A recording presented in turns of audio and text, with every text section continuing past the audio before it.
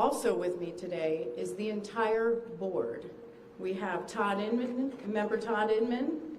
Todd is going to serve as the board member on scene, the spokesperson for this investigation. All of the board members will be here. We have Vice Chairman Alvin Brown, Member Mike Graham, who lived in Wichita for 20 years, and we also have Member Tom Chapman. The NTSB's headquarters is just a mile from here, and so we are all here because this is an all-hands on-deck event, and we're here to assure the American people that we are going to leave no stone unturned in this investigation. We are going to conduct a thorough investigation of this entire tragedy, looking at the facts. Now, with that, I want to level set.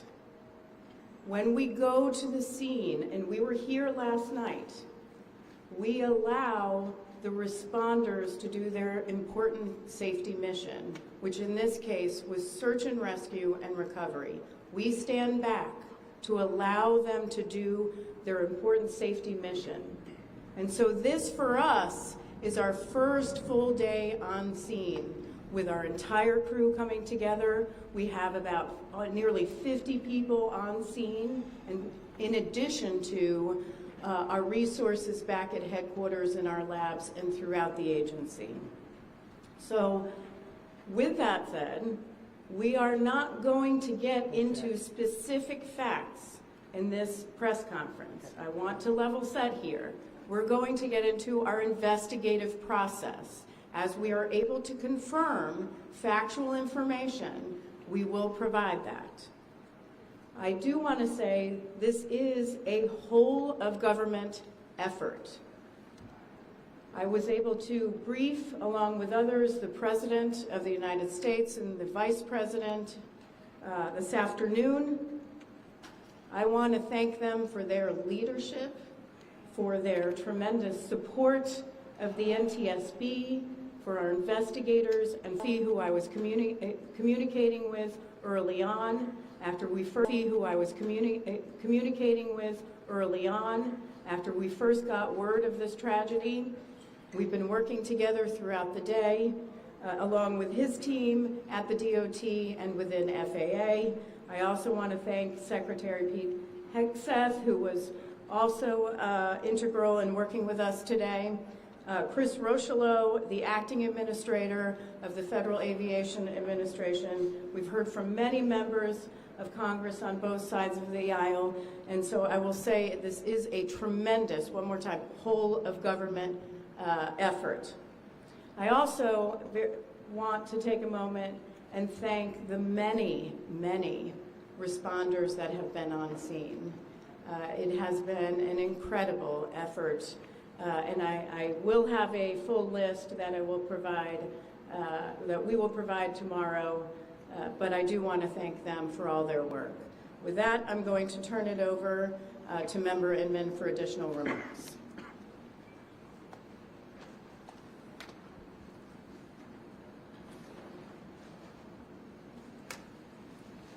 So today is our first full day on scene. Evidence and all the fact-finding that is needed to bring us to a conclusion of probable cause. Our mission is to understand not just what happened, but why it happened, and to recommend changes to prevent it from happening again. Since we're just beginning our investigation, we don't have a great deal of information to share right now. We will keep you informed by giving regular updates as we learn more. Our intention is to have a preliminary report within 30 days, and the final report will be issued once we've completed all of our fact-finding and investigation. Now, we will not be determining the probable cause of the accident while we are here on scene, nor will we speculate about what may have caused this accident. Today, we will be going and having an organizational meeting and establishing our parties to our investigation already identified: PSA Airlines, GE Aerospace, Sikorsky, NACTA, which represents the air traffic controllers, ALPA, which represents the pilots, AFA, which represents the flight attendants. The Transportation Safety Board of Canada will be an accredited representative under Annex 13 of ICAO, known as Bombardier. The NTSB offers this party status to those companies, government agencies, and associations that have employees, activities, or equipment involved in the accident. We offer that because they will provide technical expertise and relevant information supporting the development of the best possible factual record. Once they join this investigation, they are not permitted to release documents or talk publicly about the investigation without the consent of. So I want to stress this. It is only the NTSB that will provide information related to this investigation, with one exception. Regarding the fatalities that occurred, that notification will be handled by the DC medical examiner. We will not be discussing fatalities or names. That will be handled by them as the proper authority. So we want to talk a little bit about our process. We will analyze the facts, determine the probable cause of the accident, and then issue a report of those determinations. I also want to talk a little bit about some additional people that are here with us, and they're very important to us, and that is our family assistance group. Later today, we will be briefing the families.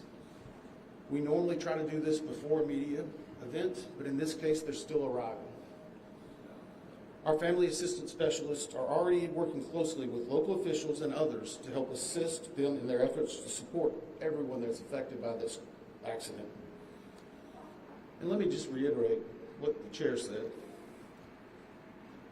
A loss of life in an aviation accident is very unusual in the United States, and our heartfelt sorrow goes out to everyone that's affected. It affects us, affects everyone around us. There are a lot of people hurting today.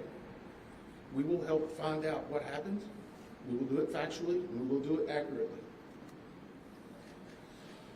As part of this, we're going to be standing up some specific working groups. Those working groups will be operations.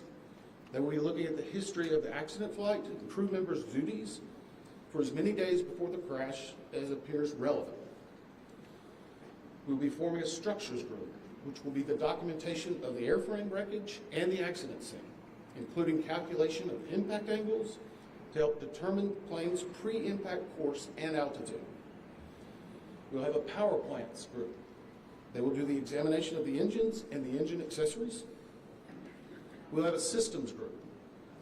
They will study the components of the plane's hydraulic, electrical, pneumatic, and associated systems, together with the instruments and elements of the flight control system.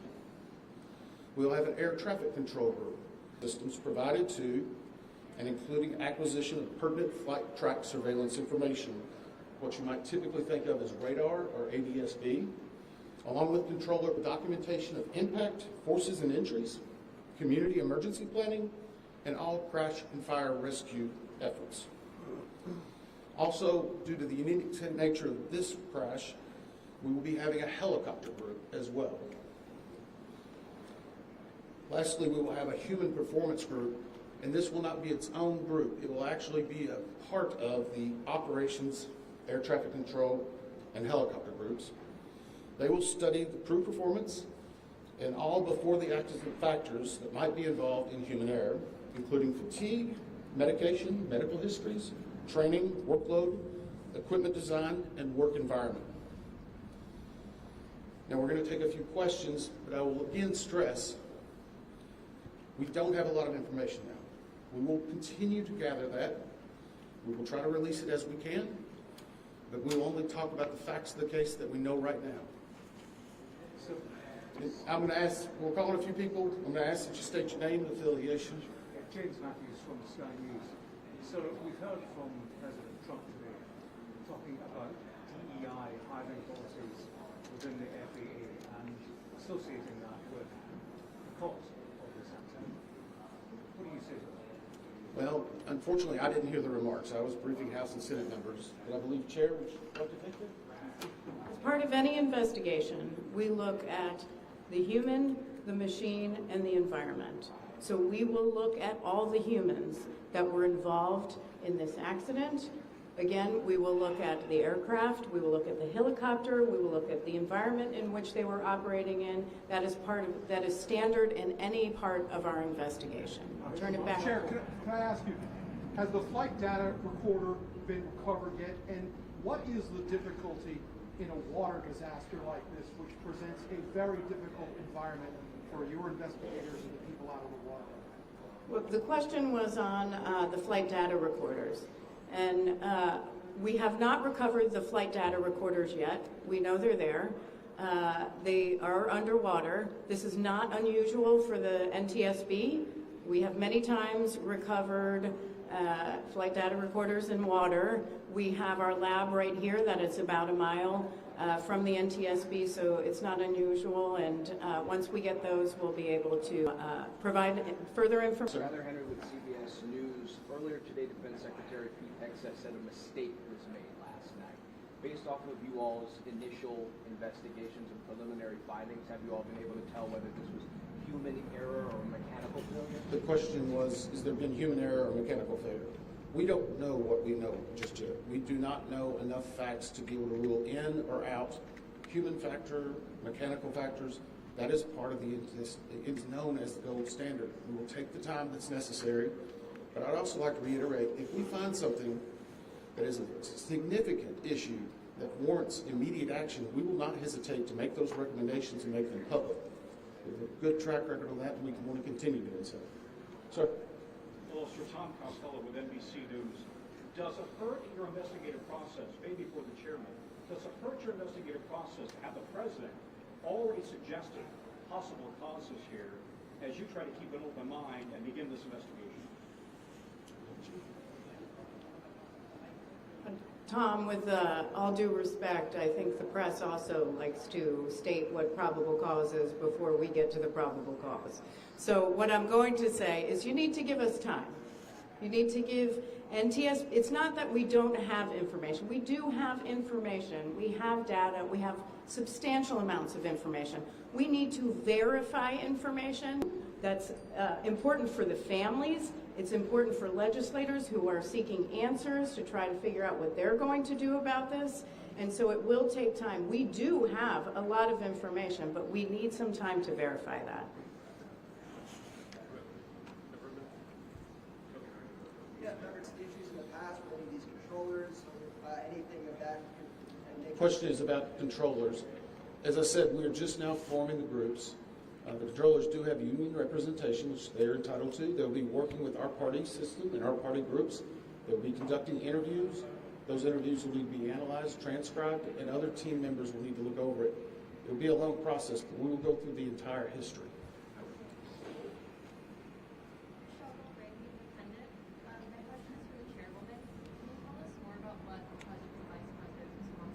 About my briefing for the president and the vice president, as is standard, we offer briefings on our process and what we know, and this was a briefing with the president and vice president and with Secretary Duffy and Secretary Hegseth and also the acting administrator of the FAA. There was discussion on what we know so far and our process, and that was about it. Madam Chairwoman, Stephanie Ramos with ABC News. Similar to Tom Costello's question, the President has stated what may have caused the crash, stating common sense. Does that affect your progress at all at this early stage? Yeah, so the NTSB, we conduct an important safety mission where we take a very careful approach. I'm sorry, the question was on speculating during investigations, which is we often hear about. What I will say is we look at facts on our investigation, and that will take some time. And at some point, we'll be able to provide that factual information, as Member Inman said, tomorrow. Member Inman? Hang on a second. Dave Shepardson from Reuters. Have you been able to retrieve the black boxes from the helicopter? Has the military decided whether they're going to read those to the NTSB? And what about the ATC tapes? Have you guys been? So the question was about black boxes, which are referred to as black boxes, which are typically orange. We have not recovered any of the boxes involved yet. We feel comfortable and confident that we will be able to. Right now, recovery of life is probably most important in those that were involved. I mean, there are still ongoing, some debris is coming out as well. We will make sure that that perishable evidence is maintained. We have a great process for that. We will probably have more than one black box, so to speak.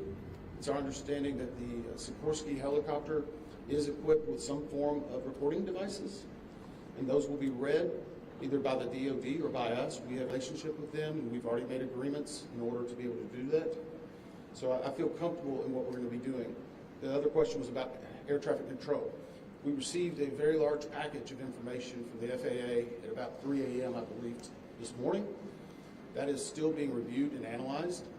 I would say there's a lot more information that usually comes in that than what you may find online and people might speculate about. And that is part of that overall process where we take the time to get the information correct and to make sure we fact check that information. One. Dave Cohen from CNN. Can you tell me if the NTSB has reviewed this FAA internal report that has been cited by the New York Times indicating that the controller that was on duty at the time of the crash was doing a job that's usually done by two people? We have not reviewed any specific reports about the controllers at this time, at least from the leadership team. Our investigators are continuing to pull all that information. Their personnel records, their files, where they were at, whether they were fatigued, all that information we get the opportunity to validate and understand how it impacts the investigation. We're going to take just a few more questions. Sir? Yes, Orange Khan, Beaver Magazine. What's the process and the logistics like of bringing the families in? Are they coming into the airport? And how are you going to sort of do the sensitivity of bringing them to the place where this tragedy happened? So the question is about the families.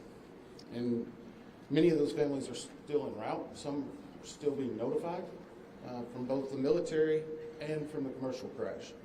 There is a family assistance facility that's being stood up by American and PSA Airlines in Bethesda, Maryland. They've already been working on that, standing it up. Our team from our disaster assistance team has also been coordinating with them.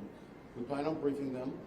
It is customary that at some point, if the families wish to go to part of the accident site, that we would arrange such a thing, but it will only be when we know that it's safe, we have the correct perishable evidence, and we can do it in the proper modesty that should be for those family members. It will be a little bit of a process, but it will take some time. Sir, to follow up on the air traffic control system. Now, sir, are you? I know that Marielle Farmer with DC News now. We heard from some witnesses that they saw people were able to come down the slides of the plane. Has there been any indication that people made it off the plane to the other? Well, again, we will not speak to the fatalities. The D.C. medical examiner will, but I think the D.C. fire chief this morning very succinctly said correctly that we believe there are no survivors. What's their off the plane? Like, did they get? Right now, we're going through the debris fields.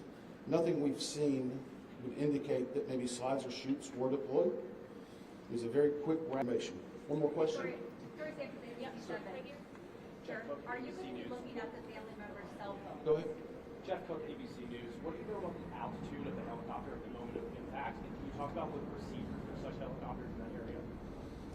The question was about the helicopter procedures. And in D.C., it's kind of a unique environment. We've been getting briefed more and more by the FAA. I'm not an air traffic control specialist, but they're actually helicopter zones, if you will, or tracks. And this one was transiting, I believe, from track 1 to 4 as part of their normal procedure. If you live in D.C., you see a lot of helicopters going down into this area. So there's a very well-defined system in that regard. As far as altitude, until we get the additional information, we can't validate or basically corroborate any of that until we get more of the electronic data and the data that's on the plane. I do want to clarify one question that also came about cell phones. In today's age and time, a lot of electronics and other devices do contain a lot of different information. We've found on a number of our accidents that we actually are notified through a smartphone that may sense that. As part of our process, we will obviously treat all of the effects of the deceased with dignity. We are already starting to pull that information together. If we feel that it's necessary to find or pull some of that information, we will work with the family plan specifically on that amount, on that area if we need to. Thank you very much. Thank you very much.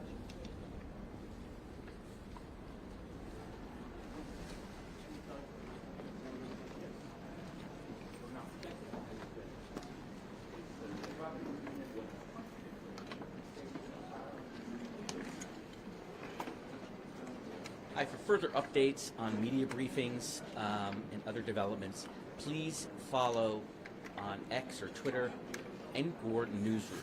That's where press briefings will be announced. If it's not announced on NTSB Newsroom, that means we are not having one.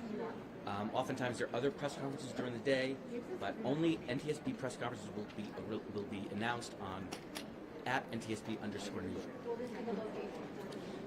As far as we know, this will be the location for the briefings tomorrow at least. Nothing today that we know of. If we do have information, we will either tweet it out on Newsroom if we speak, You have the sound? or we'll put it in tomorrow's briefing.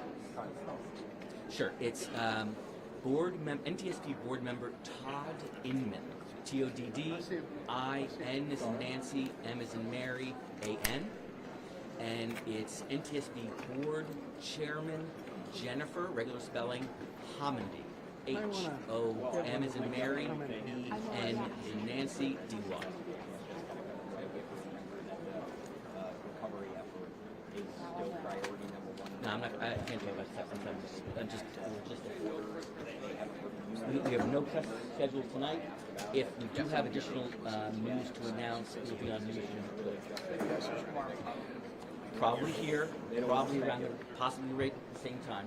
Once again, please do not call media relations to ask about the status of press conferences. Yeah, everything will be one of the, announced at operational NTSB pieces of underscore news news. that was just related to us, and this is just wrapping up a couple of moments ago before No problem, this right? started. We went over what we might hear. A big part of what we did not hear today, which was We're not holding press conferences that are not announced. some kind of timeline. Bear with me one second.